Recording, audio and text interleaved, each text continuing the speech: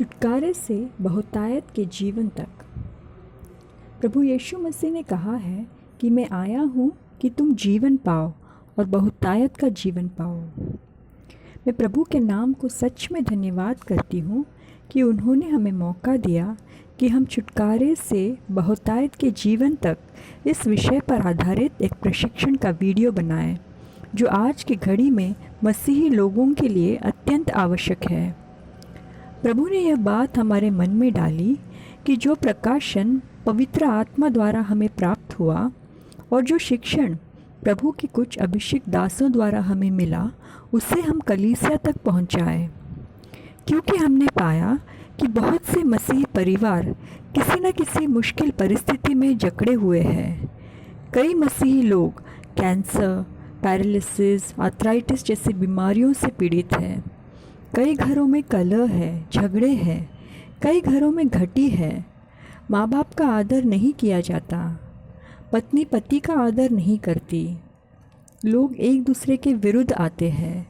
परिवार बिखरे हुए हैं।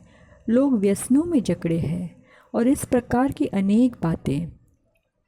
इन बातों को देखकर अगर हमारा दिल टूटता है तो ज़रा सोचिए कि हमारे पिता परमेश्वर, जिन्होंने हमसे इतना प्रेम किया कि उन्होंने अपने इकलौते पुत्र तक को नहीं रख छोड़ा, परंतु हमारे पापों का दाम चुकाने के लिए उसे बलिदान कर दिया, उन्हें हमें इस दशा में देखकर कैसा लगता होगा। और हमारे प्रभु यीशु मसीह, जिन्होंने हमारी खातिर कोड़ों के फटके खाए, हमारी खातिर लहूलुहान हो गए और अपने आप को उस क्रूस पर बिना अपना मुंह खोले बलिदान कर दिया, उनको कितना दुख होता होगा। मेरे प्रिय भाइयों और बहनों, ज़रा सोचिए कि आज कलीसिया इस स्थिति में क्यों है। यीशु मसीह की वह कलीसिया जिसको परमेश्वर ने सांपों और बिच्छुओं पर रौंदने का अधिकार दिया है, वह इस स्थिति में क्यों है? क्यों परिस्थितियों के नीचे वह दबी हुई है? पवित्र शास्त्र में होशे की पुस्तक उसका 4 अध्याय और 6 वचन में लिखा है कि मेरे लोग ज्ञान के अभाव के कारण नाश हो रहे हैं। परंतु हमारे पास एक खुश खबर है। हमें इस स्थिति में पड़े रहने की आवश्यकता नहीं। यूहन्ना 10:10 में बाइबल हमें बताती है कि चोर किसी और काम के लिए नहीं, परंतु केवल चोरी करने और घात करने और नष्ट करने को आता है।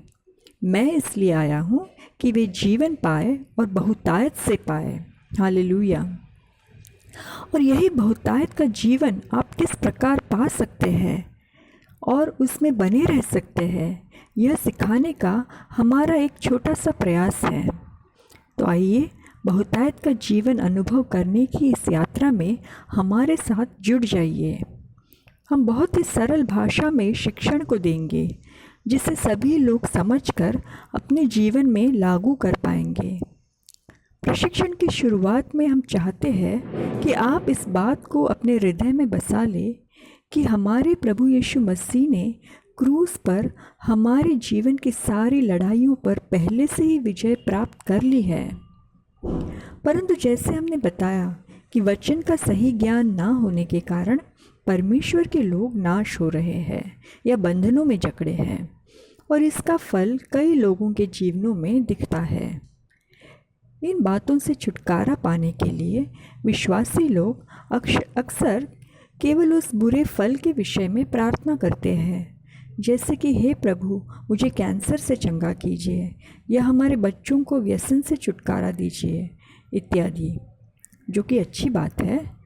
परंतु समस्या यह है कि वे उसकी जड़ पर ध्यान नहीं देते, जिसकी वजह से यह पीड़ा उनके जीवन में आई है। और इसका कारण है कि कलीसिया के बहुत से लोगों को इस विषय में कोई ज्ञान ही नहीं है। अगर हम इस बुरे फल को या सड़ांग को अपने जीवन से हटाना चाहते हैं, तो पहले हमें जान लेना होगा कि यह बातें हमारे साथ क्यों घट रही हैं। हमें उसकी जड़ तक पहुंचना होगा और उस पर कार्य करना होगा। तभी हम पूरी तरह से इन बातों से छुटकारा पा सकते हैं और सारे बंधनों से आज़ाद हो सकते हैं। आप सभी के मन में यह सवाल आता होगा कि हम तो विश्वासी हैं, पानी का बपतिस्मा लिया है, अन्य भाषा में बोलते हैं, तो यह सब बातें हमारे साथ क्यों घट रही है। मेरे प्रिय भाई और बहनों, हर एक बात का एक मूल कारण या रूट कॉज होता है। हमारे पूर्वजों के और हमारे अधर्म के काम और पापों की वजह से शैतान को एक खुला दरवाज़ा मिल जाता है, जिसके द्वारा वह हमारे जीवन में प्रवेश करके हमें सताव करता है। इस बात को अच्छी तरह से समझने के लिए हम शुरुआत से देखेंगे कि किस प्रकार शैतान ने इस संसार में प्रवेश किया। परमेश्वर ने अदन की वाटिका में आदम और हव्वा को रखा और उन्हें सारी भली और सुंदर बातें भरपूरी में दी। उनको किसी बात की घटी नहीं थी। मनुष्य तब अपने सिद्ध स्थान में था। वह परमेश्वर की महिमा से ढका था और परमेश्वर के साथ संगति रखता था। इसी कारण वह नग्न है, इसका एहसास तक उसे नहीं था। परमेश्वर ने आदम को केवल एक आज्ञा दी थी कि उस बगीचे के मध्य में अच्छे और बुरे का ज्ञान देने वाले वृक्ष का फल वह न खाए, और जिस दिन वह उस फल को खाएगा वह मर जाएगा। परंतु शैतान एक सर्प के रूप में हव्वा के पास आया और परमेश्वर ने कही बात को या परमेश्वर के मुंह से निकले वचन को थोड़ा सा मरोड़कर हव्वा के सामने प्रस्तुत किया और उसके दिल में संदेह को पैदा किया। उसने कहा कि क्या सच में परमेश्वर ने तुमसे कहा है कि तुम बगीचे के सभी वृक्षों के फल को नहीं खा सकते? अब ध्यान देने की बात है कि जैसे ही शैतान ने सच को मरोड़कर हव्वा के सामने प्रस्तुत किया, हव्वा ने भी परमेश्वर ने कहे सत्य वचन को बढ़ा चढ़ाकर शैतान को बताया कि न तो हम उस वृक्ष के फल को खा सकते हैं और न उसे छू सकते हैं, नहीं तो हम मर जाएंगे। बस शैतान समझ गया कि हव्वा उसके चंगुल में फंस गई है। उसने पूरे आत्मविश्वास से उसे कहा कि तुम निश्चय न मरोगे, वरन परमेश्वर आप जानता है कि जिस दिन तुम उसका फल खाओगे उसी दिन तुम्हारी आंखें खुल जाएगी और तुम भले बुरे का ज्ञान पाकर परमेश्वर के तुल्य हो जाओगे। सो जब हव्वा ने देखा कि उस वृक्ष का फल खाने में अच्छा और देखने में मनभाव और बुद्धि देने के लिए चाहने योग्य है, तब उसने उसमें से तोड़कर खाया और अपने पति को भी दिया और उसने भी खाया। तब उन दोनों की आंखें खुल गई और उनको मालूम हुआ कि वे नंगे हैं। ज़रा गौर कीजिए कि हव्वा ने शैतान ने कही बात पर विश्वास किया, परंतु परमेश्वर की बात पर विश्वास नहीं किया।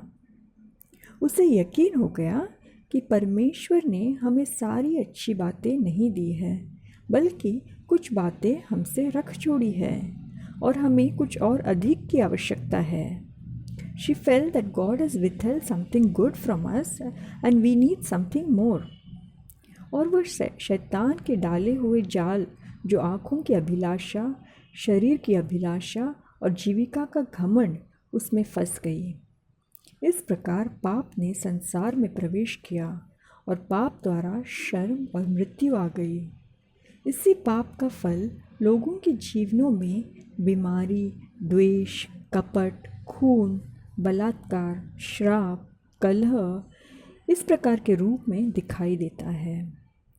अब हमारे विषय की ओर हम वापस चलते हैं।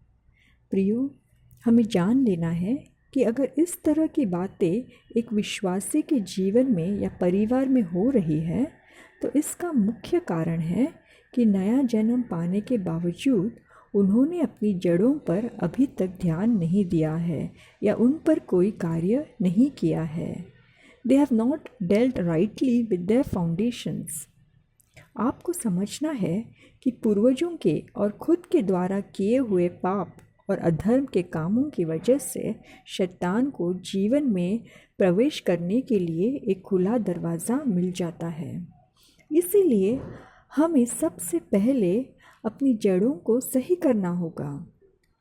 अक्सर ऐसा होता है कि नया जन्म पाने के बावजूद कई मसीही लोग सही शिक्षा न पाने के कारण अपने जीवन का हर क्षेत्र पूरी तरह से परमेश्वर को समर्पित नहीं करते हैं और एक समझौते का जीवन जीते हैं। वे अपने आप को परमेश्वर के लिए अलग नहीं करते और पूरी तरह से उनके वचनों पर नहीं चलते हैं। खास तौर से जो लोग पहले मूर्ति पूजा में होते हैं, वे पूरी तरह से उन सब बातों को अपने आप से अलग नहीं करते और इस कारण पूरा छुटकारा नहीं पाते हैं। इसी प्रकार से भिन्न भिन्न पार्श्वभूमि से आए हुए लोग अपने अपने गलत स्वभाव या आदतों से पूरी तरह से आज़ाद नहीं होते, क्योंकि उन्हें मसीह में जन्मे एक नए बालक के नाई बढ़ने के लिए जो वचन के दूध की आवश्यकता है वह नहीं मिला है। इसीलिए नया जन्म पाने के बावजूद भी वे झूठ बोलना, चुगली करना, काम में हेरा फेरी करना, धूम्रपान करना, इन जैसी बातें करते रहते हैं। रोमियो की किताब उसके 8वें अध्याय में लिखा है कि शरीर पर मन लगाना तो मृत्यु है, परंतु आत्मा पर मन लगाना जीवन और शांति है। क्योंकि शरीर पर मन लगाना तो परमेश्वर से बैर रखना है और जो शारीरिक दशा में हैं वे परमेश्वर को प्रसन्न नहीं कर सकते। और 13वें वचन में कहा है कि यदि तुम शरीर के अनुसार दिन काटोगे तो मरोगे, यदि आत्मा से देह की क्रियाओं को मारोगे तो जीवित रहोगे। और सिर्फ वही लोग जो परमेश्वर के आत्मा के चलाए चलते हैं वे परमेश्वर के पुत्र हैं। अब हम वचन से शरीर के कामों के बारे में कुछ जानने की कोशिश करेंगे। पौलुस ने कलीसिया को शरीर के कामों के बारे में गलतियों की पुस्तक उसका 5वां अध्याय और 19 से 21 वचन में बताया है कि शरीर के काम तो प्रगट है, अर्थात व्यभिचार, गंदे काम, लुचपन, मूर्ति पूजा, टोना, बैर, झगड़ा, ईर्ष्या, क्रोध, विरोध, फूट, विधर्म, डाह, मतवालापन, लीला क्रीड़ा और इनके जैसे और काम। वह आगे कहते हैं कि इनके विषय में मैं तुमको पहले से कह देता हूँ कि जैसे पहले कह चुका हूँ कि ऐसे ऐसे काम करने वाले परमेश्वर के राज्य के वारिस न होंगे। मेरे प्रिय भाइयों और बहनों, अगर पौलुस ने बताए हुए इन शरीर के कामों पर हम ध्यान लगाएं तो हम जानेंगे कि इन जैसे कई बातें हम विश्वासियों के जीवन में आसानी से देख सकते हैं, जैसे कि बैर, झगड़ा, ईर्ष्या, क्रोध, विरोध, फूट, डाह और इस प्रकार के काम। और इसी वजह से शैतान को एक खुला दरवाज़ा मिल जाता है कि वह उन्हें बंधुआई में डालकर सताए। अगर हम हमारे अनुभव से बोले तो हमने अक्षमा, ईर्ष्या, घमंड, द्वेष, कटुता, बैर, नफरत, क्रोध, चुगली, झूठ बोलना, स्वार्थी महत्वाकांक्षा रखना, माता पिता का अनादर करना, गर्भपात, लैंगिक पाप, लालच, पति की अधीनता में न होना, पलटा लेना, इस प्रकार की बातें कई विश्वासियों के जीवन में देखी है। अगर वे इन बातों को जल्द से उनके ऊपर कार्य नहीं करते तो धीरे धीरे इन बातों का उनके जीवन में एक मजबूत गढ़ बन जाता है और शैतान को उनके जीवन में कार्य करना आसान हो जाता है। ज़्यादातर देखा गया है कि जो लोग सहजता से झूठ बोलते हैं या फिर आसानी से लोगों को माफ़ नहीं कर सकते या पीठ पीछे बातें करते हैं, चुगली करते हैं, पति या पत्नी एक दूसरे का आदर नहीं करते, उन्हें इस बात का एहसास तक नहीं होता कि वे कुछ गलत कर रहे हैं, क्योंकि उनके हर एक बर्ताव के लिए वे अपने आप को जस्टिफाई करते हैं या स्वयं को सही ठहराते हैं और उन्हें लगता है कि वे ठीक है, धर्मी है, क्योंकि वे बड़े बड़े पाप जैसे हत्या या व्यभिचार तो नहीं कर रहे। पर ऐसा नहीं है, वे अपने आप को ही धोखा दे रहे हैं। हम पूरी सूची को विस्तार से नहीं देखेंगे, परंतु इस वक्त हम एक महत्वपूर्ण पाप पर गौर करना चाहेंगे, जिस पाप का फल हजारों मसीही भुगत रहे हैं, और वह है कड़वापन या बिटरनेस। इस विषय पर इब्रानियों की पुस्तक उसके 12 के 15 में लिखा है कि ध्यान से देखते रहो, ऐसा न हो कि कोई परमेश्वर के अनुग्रह से वंचित रह जाए या कोई कड़वी जड़ फूट कर कष्ट दे और उसके द्वारा बहुत से लोग अशुद्ध हो जाए। अगर समय रहने पर ही वे लोग इन बातों के लिए पश्चाताप करके उनसे मुंह नहीं मोड़ते, तो यही बातें कई सालों के बाद उनके शरीर में कैंसर, आर्थराइटिस जैसी बीमारियां लेकर आती है। और विज्ञान ने भी इस बात को अब स्वीकारा है। मन में कटुता या कड़वापन रखने से दुर्बलता की आत्मा या स्पिरिट ऑफ इन्फर्मिटी को जीवन में प्रवेश करने के लिए एक लीगल राइट या कानूनी हक मिल जाता है। यह उस जहरीली जड़ की तरह कार्य करता है जो उनके पूरे सिस्टम या प्रणाली को जहरीला बना देता है। कड़वापन या कड़वा जड़ अक्षमा, कलह, शारीरिक पाप, अय्याशी, जलन, इन जैसे बातों से जुड़ा है। यह ऐसा जड़ है जो शुरू में बाहरी रूप से दिखता नहीं, पर जब उभर के आता है तो मनुष्य को अशुद्ध कर देता है। और इसके कुछ फल हम देखते हैं कैंसर, आर्थराइटिस, रूमेटिज्म, इन जैसी बीमारियों के रूप में। कड़वापन की वजह से उनका हृदय धीरे धीरे परमेश्वर से दूर होने लगता है, मन कठोर बनता है और उनके जीवन में होने वाली बुरी बातों के लिए वे परमेश्वर को जिम्मेदार ठहराते हैं। अभी आप जान गए होंगे कि एक दूसरे को तुरंत क्षमा करना कितना ज़रूरी है। मेरे प्रिय भाई और बहनों, अगर आप बीमारी, कलह, कंगालपन, इन जैसी बातों से लगातार गुजर रहे हैं, तो उसमें से बाहर निकलने के लिए हम आपकी मदद करना चाहेंगे। जान लीजिए कि यह सब हम अपनी ताकत से नहीं कर सकते।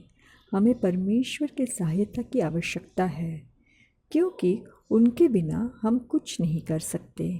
केवल परमेश्वर के सामर्थी वचन और प्रभु यीशु मसीह के पवित्र लहू और पवित्र आत्मा के सामर्थ के द्वारा ही हम विजय को प्राप्त कर सकते हैं, जो यीशु मसीह ने उस क्रूस पर हासिल किया है।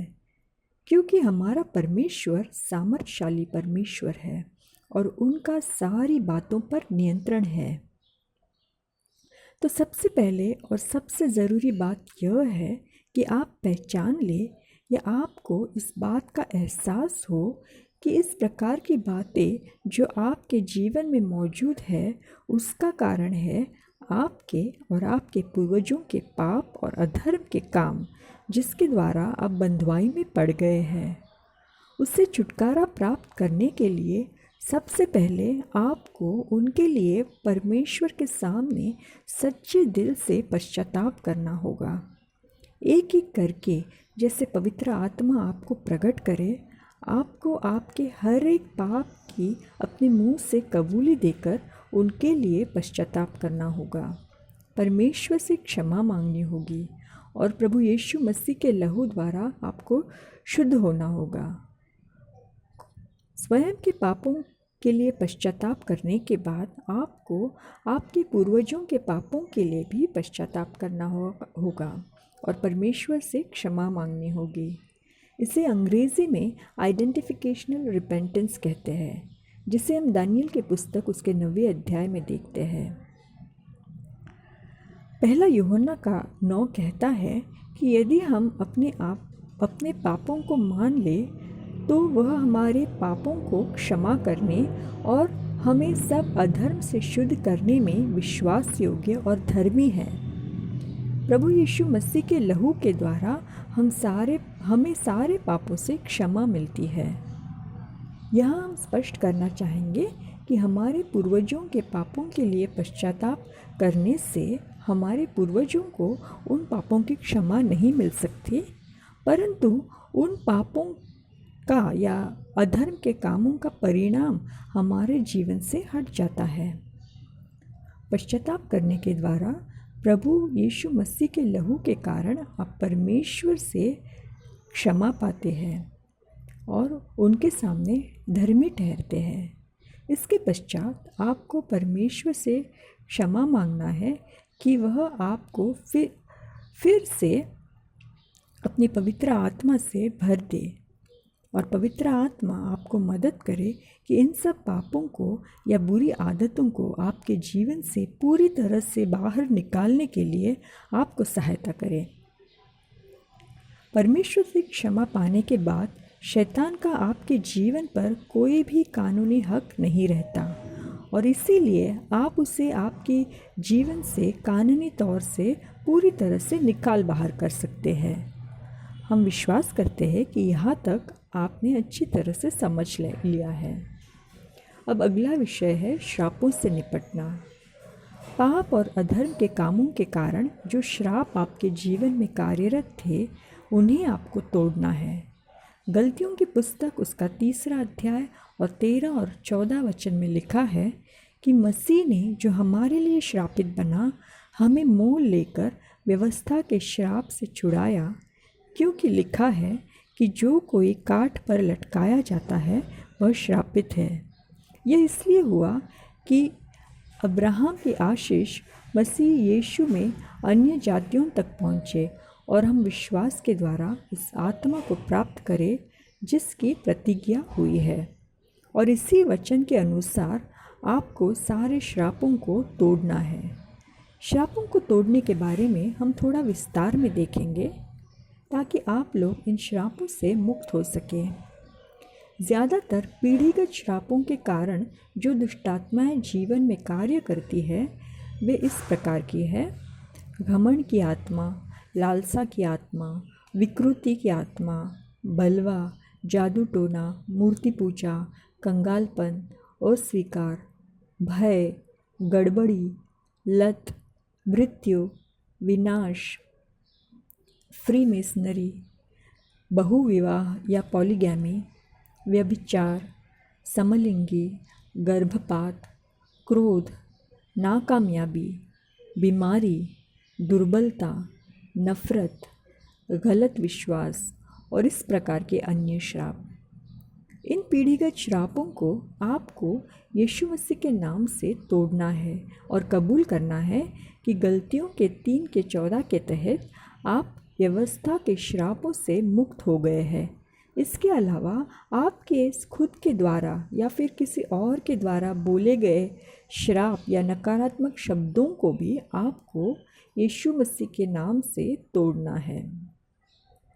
श्रापों को तोड़ने के बाद आपको सारे दुष्टात्माओं को यीशु मसीह के नाम से आपके जीवन से निकलने की आज्ञा देनी है। मरकुस की किताब उसका 16वां अध्याय और 17 और 18 वचन के अनुसार हमें परमेश्वर ने विश्वासियों को यीशु मसीह के नाम से दुष्टात्माओं को निकालने का अधिकार दिया है। इसीलिए सारे दुष्टात्माओं को आपको डांटकर अपने जीवन से निकलने की आज्ञा देनी है। इसके पश्चात अगले कदम में जाने के लिए हम कुलुस्सियों की पुस्तक उसका 2 अध्याय और 14वें वचन देखेंगे। वचन में यूँ लिखा है: विधियों का वह लेख जो हमारे नाम पर और हमारे विरोध में था मिटा डाला और उसको क्रूस पर कीलों से जड़कर सामने से हटा दिया है। और उसने प्रधानताओं और अधिकारों को अपने ऊपर से उतार कर उनका खुल्लम खुल्ला तमाशा बनाया और क्रूस के कारण उन पर जय जयकार की ध्वनि सुनाई। हालेलुया। इस वचन के तहत शैतान ने आपके विरुद्ध में जो विधियों का लेख लिखा था और आपके लिए बुरी योजनाएं बनाई थी उन्हें आपको यीशु मसीह के नाम से, पवित्र आत्मा के सामर्थ से और यीशु मसीह के लहू के द्वारा मिटाना है और उसे क्रूस पर कीलों से क्रूसित करना है।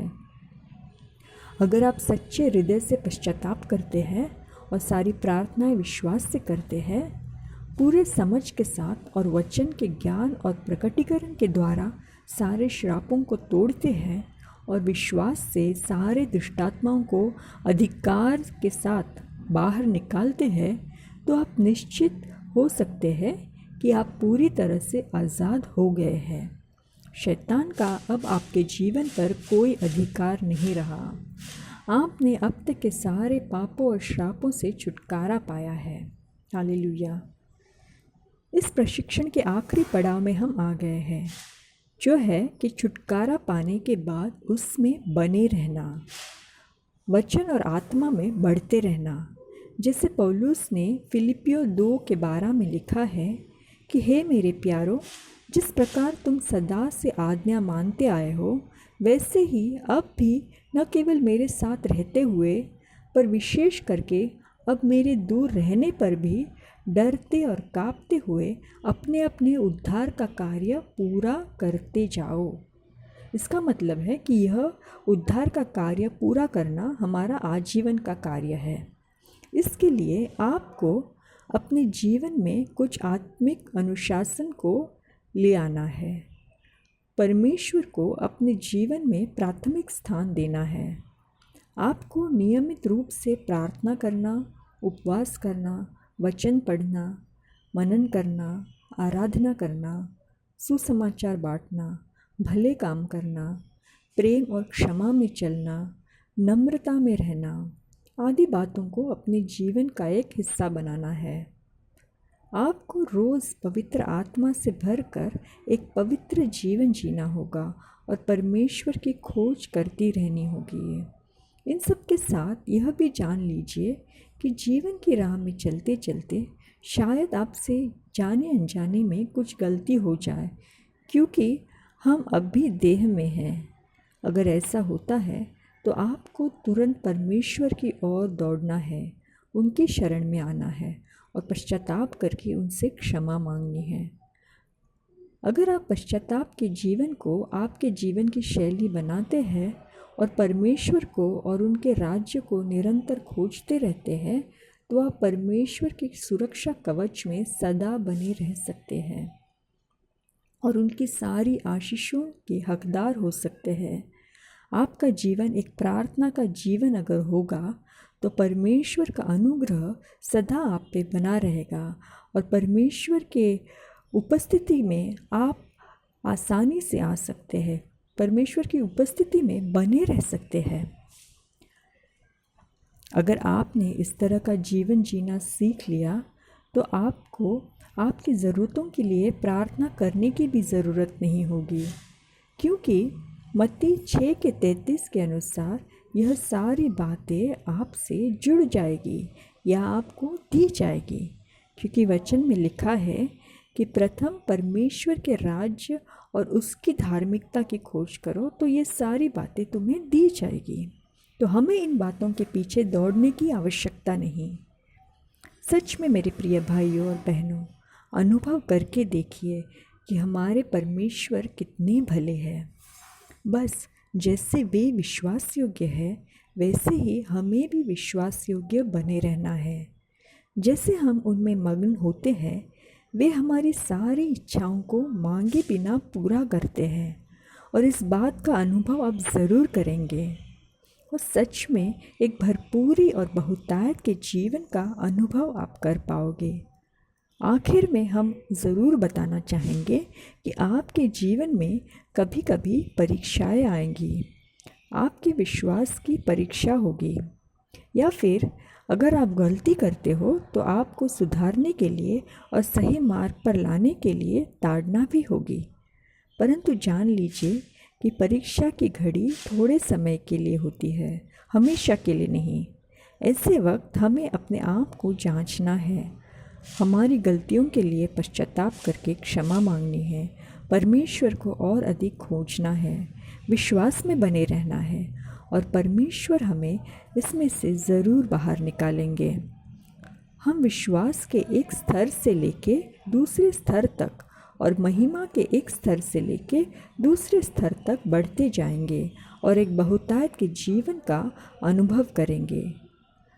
हमारी यह दिल से प्रार्थना है कि इस प्रशिक्षण के द्वारा आप ज़रूर आशीष पाए और पूरी तरह से छुटकारा पाकर परमेश्वर की योजना को आपके जीवन के द्वारा पूरी करें।